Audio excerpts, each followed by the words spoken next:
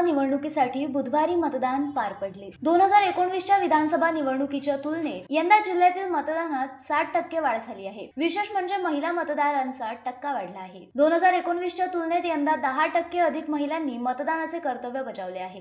एकंदरीत लाडकी बहीण योजना, शेतमालाला अल्प भाव, आल्हाददायक वातावरण या कारणांमुळे टक्का वाढल्याचा अंदाज वर्तवण्यात येत आहे। जिल्ह्यात एकूण मतदानात 60% वाढ झाल्यामुळे महायुती आणि अपक्ष उमेदवारांसह त्यांच्या समर्थकांमध्ये धाकधूक वाढल्याचे चित्र गुरुवारी दिसत होते। जिल्ह्यातील 8 मतदारसंघाचा विचार करता मोर्शीत मतदारसंघात सर्वाधिक 12 मतदान वाढले। त्यापाठोपाठ तिवसा येथे 9% वाढ आहे। या 2 मतदारसंघाव्यतिरिक्त इतरही मतदारसंघात थोडाफार प्रमाणात वाढ आहे। एकंदरीत मतदारांनी मतदानाबाबत दाखवलेली जागृती अनेकांची धाकधूक वाढवणारी ठरत आहे। निवडणुकीचा निकाल अवघ्या 24 तासांवर येऊन ठेपला आहे। मात्र वाढलेल्या मतदानामुळे काहींना अनपेक्षित धक्का बसण्याची शक्यता निर्माण झाली आहे। अमरावती मतदारसंघात 1,10,997 पुरुष तर 1,05,99 महिला असे एकूण 2,11,606, तसेच बडनेरामध्ये 1,08,465 पुरुष तर 1,01,329 महिला असे एकूण 2,09,809,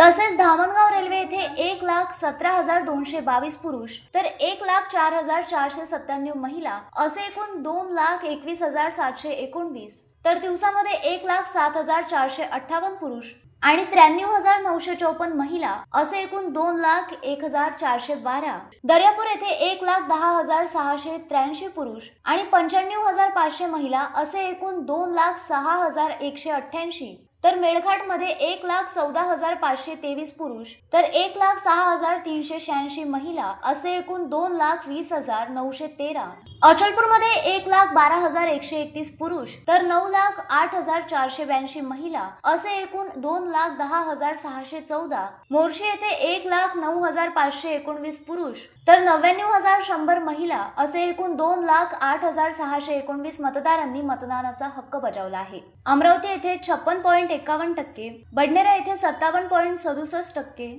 धामणगाव येथे 69.75%, मोर्शी येथे 71.66%, तिवसा येथे 67.93%, मेळघाट येथे 73.14%, दर्यापूर येथे 66.85%, तर अचलपूर येथे 72.60%, असे एकूण अमरावती जिल्ह्यात 66.40% मतदान झाले। मतदानाची मोजणी ही उद्या सकाळपासून सुरू होणार आहे।